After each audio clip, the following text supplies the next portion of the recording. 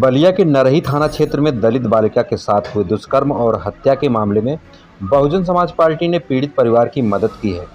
बसपा के प्रदेश अध्यक्ष विश्वनाथ पाल शनिवार को पीड़ित परिवार से मिलने पहुंचे। विश्वनाथ पाल दोपहर 3 बजे सैकड़ों गाड़ियों के काफिले के साथ बालिका के घर पहुंचे।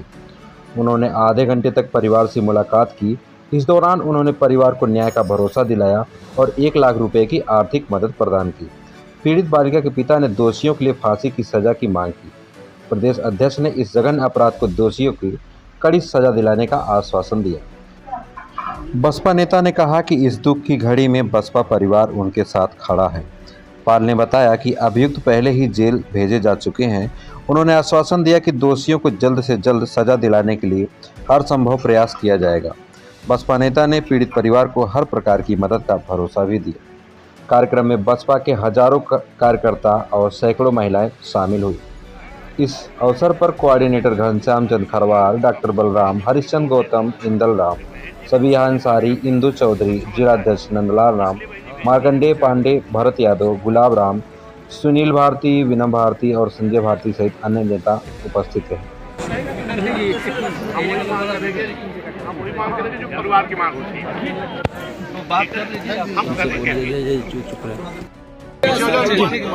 अध्यक्ष जी, कहाँ पे आप आए हैं, क्या मामला रहा, परिवार से मिले, क्या व्यथा आपको परिवार ने बताया? रुक जाइए।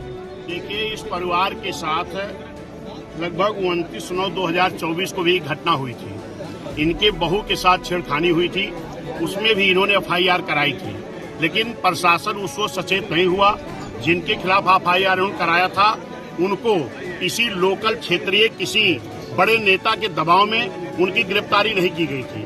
उसी का खामियाजा है कि आज जो इनकी बेटी की जान गई है, जो इनकी बेटी के साथ घटना हुई। ऐसे नेताओं को भी शर्म आनी चाहिए कि इस तरह का घृणित कार्य किसी भी समाज के साथ हो तो हर इंसानियत वाले व्यक्ति को उस पीड़ित परिवार के साथ खड़ा होना चाहिए। क्या परिवार ने क्या बताया? नहीं, परिवार ने जो हमको बताया है, हमने माननीय मुख्यमंत्री जी से मांग किया है कि इनके परिवार, क्योंकि बहुत गरीब परिवार है, इनके परिवार को कम से कम 1 एकड़ की जमीन मुहैया कराई जाए, क्योंकि गरीब परिवार है। इनकी बेटी भी छिन गई है और उसके साथ बहुत बड़ा अन्याय हुआ है, उसकी हम निंदा करते हैं। जो इनके परिवार के लोगों की तरफ से, क्योंकि इनकी मांग है वही मांग मेरी है। इनके परिवार अपराध के बाद पुनः अपराध हुआ है। नहीं, वही बात तो मैं कह रहा हूँ कि अगर इसको प्रशासन संज्ञान में लिया होता तो ये नहीं होता। तो जो इनके परिवार के लोग जो हैं, इनकी जो मांग है कि 1 एकड़ की जमीन, 1 बेटे को नौकरी, 1 करोड़ रुपए आर्थिक मदद, सरकार को माननीय मुख्यमंत्री जी को संज्ञान में लेना चाहिए। और मैं माननीय जिलाधिकारी महोदय जो यहाँ के हैं, उनसे भी मैं ये कहूंगा कि वो भी आकर के परिवार के दर्द को सुने और उनको निजात कराने का काम करें। कार्रवाई किस तरह की होनी चाहिए? निश्चित है कि जो भी मुलजिम है गिरफ्तार हो गए हैं, लेकिन गिरफ्तारी, यही हमने कहा ना, जो पहले घटना हुई थी, अगर ये पहले हुआ होता तो ये घटना न घटती। अब मैं माननीय यहाँ के जिलाधिकारी महोदय से बात करूंगा और उनसे मैं ये कहना चाहता हूँ आपके माध्यम से भी कि वो आकर के इस पीड़ित परिवार, उनके माँ बाप से मिले और जो इनकी मांग है उसको पूरी कराने का काम। लगातार सरकार अपराधियों पर काम कर रही है, गुंडों पर काम कर रही है, क्या कहना चाहेंगे? सरकार का इकबाल खत्म हो गया है, पूरे उत्तर प्रदेश में जंगल राज कायम है। इस सरकार से आम जनता सहमी हुई है, आम जनता को न्याय नहीं मिल पा रहा है। को इनको आर्थिक मदद दी जाए।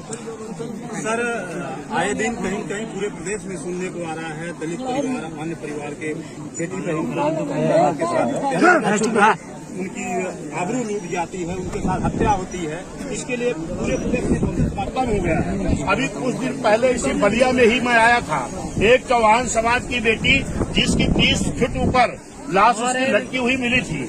जब मैंने यहाँ प्रशासन के लोगों से बात किया तो लोग कह रहे थे सुसाइड किया है। हमने कहा ये बताओ, किसी बेटी का, क्योंकि उस बेटी का दोनों हाथ बंधा हुआ था पीछे, अगर किसी बेटी का हाथ बंधा होगा तो 30-40 फीट ऊपर कैसे चढ़ेगी? और अगर चढ़ के सुसाइड करेगी तो